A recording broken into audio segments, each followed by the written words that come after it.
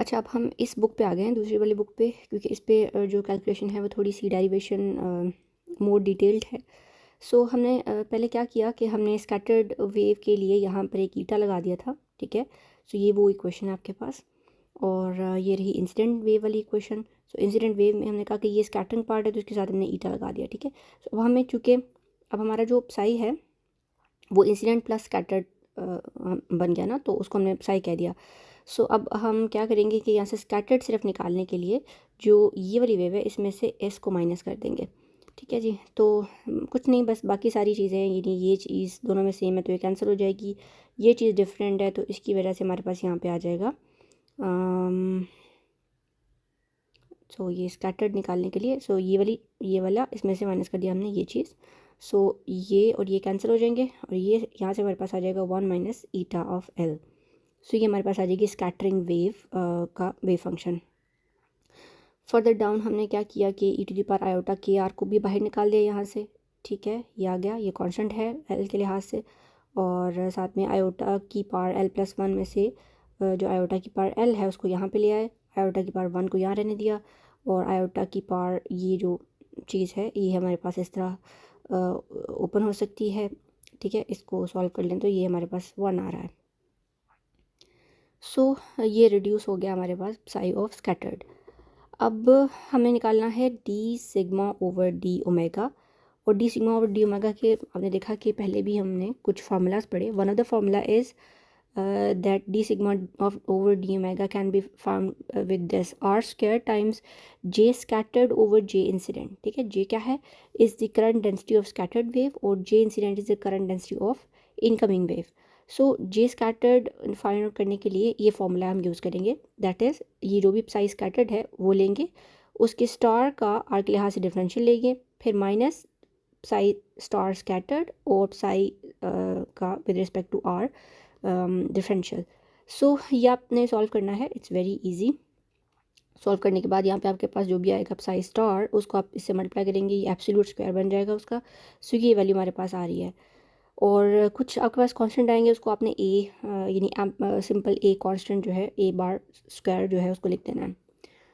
Similarly incident wave के लिए भी सिमिलर फार्मूला फॉलो होगा। इसी तरह इंसिडेंट प्लेन वेव जो ऊपर थी हमने निकाली उसको हम यूज़ करेंगे, और उसके लिए उसके मोस्टली चीज़ें कैंसिल हो जाएंगी और आपके पास सिर्फ एक ये ही आएगा। स्कैटर्ड वेव में तो आपके पास कुछ फंक्शंस आ रहे हैं एल डिपेंडेंस, यहाँ पे कोई एल डिपेंडेंस नहीं होगी, और ये आपके पास आ जाएगा इस तरह का एक कांस्टेंट। सो डी सिग्मा और डी ओमेगा निकालने के लिए फिर आप ये वाला फॉर्मूला यूज़ करेंगे, ठीक है। ये आ गया स्कैटरिंग करंट डेंसिटी, और ये आ गई इंसिडेंट करंट डेंसिटी। उसको बेसिकली ये चीज़ कैंसिल हो जाएगी और आपके पास ये आ जाएगा, ठीक है। और फर्दर डाउन आर स्क्वायर भी यहाँ से कैंसिल हो जाएगा। सो ये this is this square. The total cross section is found by taking D, this is sigma, तो डी ओमेगा को उठा के आप उधर ले जाएं और इसको इंटीग्रेट कर देते हैं हम। सो सिग्मा स्कैटर्ड इज़ ये सारी चीज़ कांस्टेंट है, यहाँ पर डी ओमेगा के लिहाज से हम डिफरेंशिएट कर रहे हैं, और डी ओमेगा जो हैं वो आपके पास सॉलिड एंगल है। सॉलिड एंगल को आप स्फेरिकल पोलर कोऑर्डिनेट्स में लिखें तो ये D sigma is sine theta D phi, ठीक है। ये 2 डायमेंशनल एंगल है जिसको हम 1 डायमेंशनल एंगल्स की फॉर्म में लिख रहे हैं, डी थीटा और d omega sorry d phi. So इसको पी एल कॉस थीटा को आप p l cos theta 2 times लिख लें। ये मैं आपको आइडेंटिटी एक बताती हूँ अभी। सो ये ट्रू है कि आपके पास ये जो आइडेंटिटी है ये आपने लेजेंडरी पॉलिनोमियल जहाँ पढ़े थे वहीं पर ये आइडेंटिटीज प्रूव हुई थी कि if L is equal to L dash, तो यानी अगर दोनों एल्स सेम है तो आपका इसका आंसर ये आता है, और if L is not equal to L dash then this is equal to zero. So हमने देखा कि हमारे केस में दोनों एल सेम है, इसका सेम का स्क्वायर है, सो हमारे पास ये आंसर आएगा इसका। सो ठीक है, ये आंसर आ गया हमारे पास। इसका आंसर हमारे पास 2 पाई आएगा, ठीक है। लिमिट्स देख लें कि फाई है तो उसकी लिमिट है 0 से 2 पाई, और थीटा की लिमिट है 0 से पाई, और बाकी सारी चीज़ कांस्टेंट साथ ही आती रहेगी। इसका 2 पाई आ गया और इसका आंसर ये आ गया। फर्दर अब हम क्या करेंगे कि यहाँ से ये इसके साथ कैंसिल हो जाएगा एक, और ये 2 पाई जो है इसको आप बाहर ले आएँ और इस 2 को भी, तो ये 4 पाई हो जाएगा। ये वाली टर्म आ गई। यहाँ से आपने अगेन क्या किया कि इसको आपने स्क्वायर बना दिया इस सारे को, ठीक है, स्क्वायर बाहर निकाल दिया ऊपर, और फर्दर आपने 2 पाई ओवर के को लेमडा स्क्वायर लिख दिया। ये आ गया आपके पास, और उसके बाद आपके पास ये कॉम्पैक्ट सी फॉर्म में आ जाता है सिग्मा स्कैटर्ड। अब यहाँ से हम ये जो ईटा है, ईटा टू द पावर एल, कहते हैं for elastic scattering the absolute value of eta L is 1, और सो जब भी आपके पास कोई कॉम्प्लेक्स फंक्शन जो है उसका मॉड इक्वल 1 होता है तो उसको हम ई टू द पावर 2 आयोटा, और ये बेसिकली जो है वो फेस शिफ्ट है, वहाँ पे इसको पाई से रिप्रेजेंट करते हैं जब हम कॉम्प्लेक्स नंबर्स लेते हैं। यहाँ पर हम इसको दिस डेल्टा एल से रिप्रेजेंट कर रहे हैं। So this complex number can be represented as this whenever its absolute value is 1. अब हमारी क्वेश्चन में 1 minus eta L mod square था। सो इसको सॉल्व करने के लिए हम ये करेंगे कि ये आपने ईटा एल को यूँ लिखा और फिर इसको कॉज और साइन की फॉर्म में लिख लिया, ठीक है। सो अब इस सारे का आपके पास स्क्वायर है, सो इस सारे का स्क्वायर है आपके पास। तो आप क्या करेंगे कि 1 माइनस ये वाली, ये जो आपके पास है ये सारा रियल पार्ट है ना, सो इसको एक साथ लिख लें, और ये आपके पास आ गया जो इमेजिनरी पार्ट है, ठीक है। सो यानी ये आपका रियल पार्ट है और ये इमेजिनरी पार्ट है। अब अगर आपको पता है कि जैसे z स्क्वायर है जो आपका कॉम्प्लेक्स नंबर है, it is equal to a square plus b square, तो यानी जो भी रियल पार्ट है उसका स्क्वायर अलग होता है और जो दूसरा पार्ट है उसका स्क्वायर अलग होता है। तो ये रहा इसका स्क्वायर और ये रहा इसका स्क्वायर, और z स्क्वायर को ख़त्म करने के लिए जब रूट लेंगे तो ये स्क्वायर उसके साथ ख़त्म हो जाएगा। सो आपके पास आ जाएगा जी रियल पार्ट का स्क्वायर अलग से और ये इमेजिनरी पार्ट का स्क्वायर। सो रियल पार्ट के स्क्वायर को खोलें, फिर इमेजिनरी पार्ट के स्क्वायर को खोलें, इनमें से आप देखें कि ये दोनों जो है वो मिलके 1 हो रहे हैं, ठीक है। ये आ गया आपके पास, और फिर ये आ जाता है, ठीक है। Then it becomes 2 into this, और ये यहाँ पे आइडेंटिटी लगा दें 2 sine square delta L, so ये आ जाएगा, ठीक है। सो ये इसको आपने इक्वेशन में इसकी जगह पर रिप्लेस कर दिया, this is equal to this. So this is scattering cross section, ठीक है जी, scattering cross section. Further down आपने क्या किया है, ये जो गैमा लेमडा है, लेमडा को आपने लेमडा डैश बना दिया है। सो ये आपके पास आ गया जी स्कैटरिंग क्रॉस सेक्शन। अब हमने रिएक्शन क्रॉस सेक्शन देखना है, तो रिएक्शन क्रॉस सेक्शन के लिए आप वापस उसी बुक पे जाते हैं हम। सो रिएक्शन क्रॉस सेक्शन निकालने के लिए आपको क्या करना पड़ता है, that you subtract the current density, incoming current यानी जो पार्टिकल फ्लक्स है, ये पार्टिकल की डेंसिटी है इनकमिंग और आउटगोइंग, और जो भी इसमें जो डिफरेंस होगा आप वहाँ से ये रिएक्शन क्रॉस सेक्शन निकालेंगे, बिल्कुल उसी तरीके से जैसे हमने ये वाला निकाला है हम रिएक्शन क्रॉस सेक्शन निकालेंगे। You can also not do the calculation and just remember this, क्योंकि हमने हमारी जो सारी बात है वो रिएक्शन क्रॉस सेक्शन और स्कैटरिंग का जो रेफरेंस है उसके साथ होगी। So either you can calculate it, ठीक है, जे इन माइनस जे आउट से, और उसी तरह जैसे हमने किया है। सो ये आपके पास आ जाएगा कुछ इस तरह, where now you have this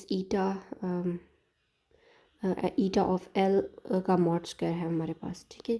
सो ये रिएक्शन क्रॉस सेक्शन है, और रिएक्शन क्रॉस सेक्शन जो है वो आपके पास वो सारी पार्टिकल्स हैं।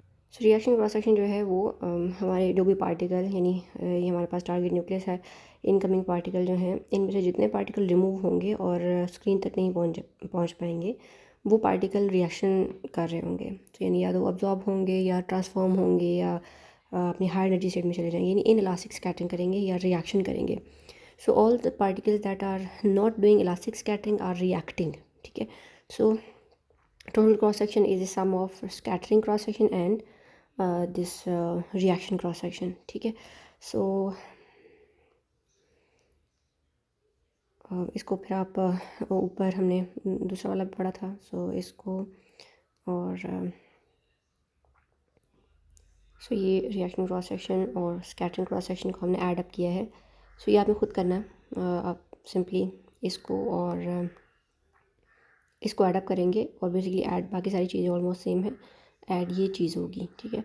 तो यहाँ पे एक कॉम्प्लेक्स नंबर है जिसमें इसका एल मॉड का ईटा ऑफ एल का मॉड स्क्वायर है, और यहाँ पर आपके पास एक कॉम्प्लेक्स नंबर है, इसको ना कीजिएगा, इसको कीजिएगा, 1 माइनस ईटा एल का बार स्क्वायर। सो यहाँ से आपने इसके रियल पार्ट को रियल ऑफ ईटा एल लिख लेना है, और बाकी स्क्वायर खोलेंगे, ठीक है, 1 का स्क्वायर और इसका स्क्वायर और फिर 2 टाइम्स ये सारा, तो आपके पास जो है वो ये आंसर आना चाहिए, ठीक है। So this is total cross section. You should note that following details about this result. What are the details? It is possible to have elastic scattering in the absence of other processes.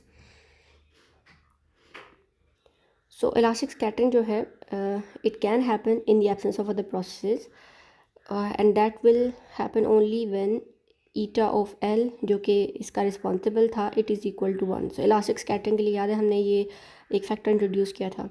So eta of L, if this is equal to 1, it means that all the particles are being scattered elastically and there is no reaction happening, ठीक है, कोई particle beam में से remove नहीं हुआ, सारे particle हमें scatter होकर स्क्रीन पर किसी ना किसी थीटा एंगल के ऊपर मिल गए. It is not possible, however, to have reaction without having any elastic scattering. हाँ, ये नहीं हो सकता कि आपके पास रिएक्शन तो हो, यानी न्यूक्लियस के साथ कोई पार्टिकल एब्जॉर्ब हो जाए, इनकमिंग पार्टिकल, या ट्रांसफॉर्म हो, या अपनी हाई एनर्जी स्टेट में चला जाए, बट कोई भी पार्टिकल स्कैटर ना करे किसी एंगल पे. So you can have reaction in which the only scattering is happening and no reaction, but you can't have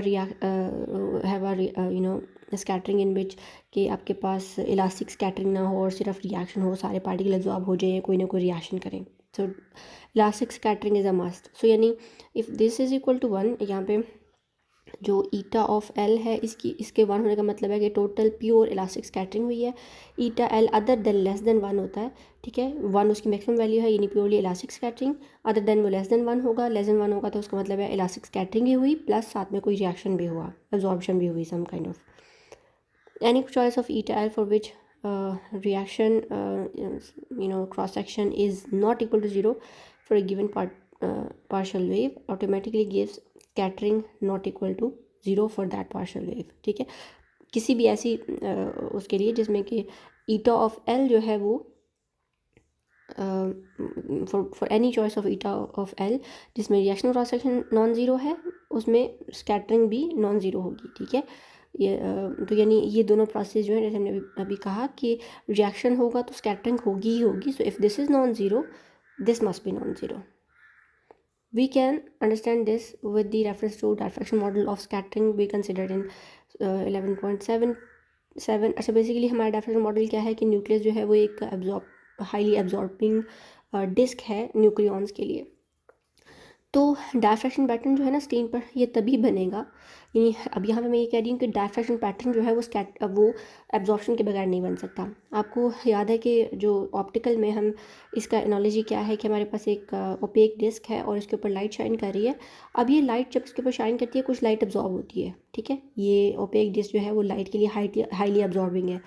उसके बाद जो बाकी की फोटॉन स्कैटर होते हैं वो स्क्रीन के ऊपर एक डिफ्रैक्शन पैटर्न बनाते हैं, और ये डिफ्रैक्शन पैटर्न के लिए याद है इसके सेंटर में मैक्सिमा बनता है, और ये कितना इंपॉर्टेंट है कि इसके सेंटर में मैक्सिमा बनता है, और फिर ये डिफ्रैक्शन पैटर्न आपके पास आता है स्क्रीन के ऊपर. तो अब ये एनालॉजी सेम है न्यूक्लियस के साथ कि न्यूक्लियस एक हाईली एब्जॉर्बिंग वो बॉडी है. तो जब तक वो पार्टिकल को ऑब्जॉर्ब नहीं करेगा हमारे पास स्क्रीन पर डिफ्रैक्शन पैटर्न नहीं बनेगा, ठीक है. There must be particles removed from the beam creating a shadow region behind the target nucleus, जहाँ पर हमारे पास फिर डिफ्रैक्शन पैटर्न बनेगा. There will be particles diffracted into that shadow region, ठीक है. So the reaction cross section and scattering cross section अगर आप देखें ज्योमेट्रिकली तो ये दोनों इक्वल हैं, और कहते हैं for black disc absorber all partial waves are completely absorbed up to L is equal to R over lambda, और and unaffected for L is greater than R equals to lambda. अब हमारे पास ये nucleus है, ठीक है, ये इसका radius है R, सो हमें पता है कि वो पार्टिकल जिनका इम्पैक्ट पैरामीटर बी जो है वो आर के इक्वल होगा, वो ही यहाँ से इसके साथ इंटरेक्ट कर पाएंगे, रिएक्शन कर पाएंगे। वो पार्टिकल जिनका बी जो है वो ग्रेटर देन आर होगा, वो इसके ऊपर से गुजर जाएंगे, ठीक है। तो यहाँ पर वही आपके पास ऊपर याद है आपको L is equal to B over lambda था, तो बी की जगह हमने आर रख दिया यहाँ पे। सो इसी तरह एल हैविंग ग्रेटर मतलब for L greater than R over lambda, ये पार्टिकल्स क्या होंगे, दे विल गो अनअफेक्टेड, ठीक है। ये वोंट, और ये पार्टिकल जो है ये इसके साथ कम्प्लीटली अब्जॉर्ब हो जाएंगे, हेड ऑन कोलिजन कर रहे होंगे। अब हमारा जो स्कैटरिंग क्रॉस सेक्शन है, ये ज्योमेट्रिकल क्रॉस सेक्शन की बात करें हमने, यहाँ पे जो क्रॉस सेक्शन निकाला है ये बीम के लिहाज से है, ये वो जो टारगेट न्यूक्लियस ऑफर कर रहा है क्रॉस सेक्शन, ठीक है। सो ये ज्योमेट्रिकल क्रॉस सेक्शन है हमारे पास। So this is pi r plus lambda का होल स्क्वायर। सो ये आर प्लस लेमडा का होल स्क्वायर इसलिए है क्योंकि हमारे पास इनकमिंग पार्टिकल जो है वो वेव की फॉर्म में है ना। सो ये वेव और यहाँ पे हमारे पास जो टारगेट न्यूक्लियस है उसका रेडियस जो है वो आर है। सो इवन दो ये हमारे पास जो हमारा जो टारगेट न्यूक्लियस है उसका जो एरिया है वो पाई आर स्क्वायर है, बट इवन देन हमारे पास जो इनकमिंग पार्टिकल है हम उसकी वेव लेंथ जो है उसको भी अंदर लेंगे और आर प्लस लेमडा का होल स्क्वायर लिखेंगे, पाई आर स्क्वायर नहीं लिखेंगे बल्कि पाई आर प्लस लेमडा स्क्वायर लिखेंगे। सो ये इसलिए क्योंकि हमारे पास इनकमिंग पार्टिकल जो है it has a particular wavelength ना, और ये वेवलेंथ जो है ये इस न्यूक्लियस के साथ तब भी इंटरेक्ट कर सकती है इवन जब आपके पास ये जो ये उस न्यूक्लियस से कुछ डिस्टेंस के ऊपर गुजर रहा होगा, यानी इवन दो अगर ये यूं भी गुजर रहा है बट देन इसकी वेव जो है वो इंटरेक्ट कर रही है न्यूक्लियस के साथ, तो हम इसकी जो वेवलेंथ है उसको अपने इफेक्टिव ज्योमेट्रिकल एरिया के अंदर ऐड कर लेंगे लेमडा को। सो आर और साथ में what ever lambda incoming particle की जो वेवलेंथ है वो जो भी है रिड्यूस वेवलेंथ उसको हम अपने आर के अंदर ऐड करेंगे। सो ज्योमेट्रिकल एरिया जो है वो सिर्फ आर नहीं बल्कि आर प्लस लेमडा का होल स्क्वायर होगा।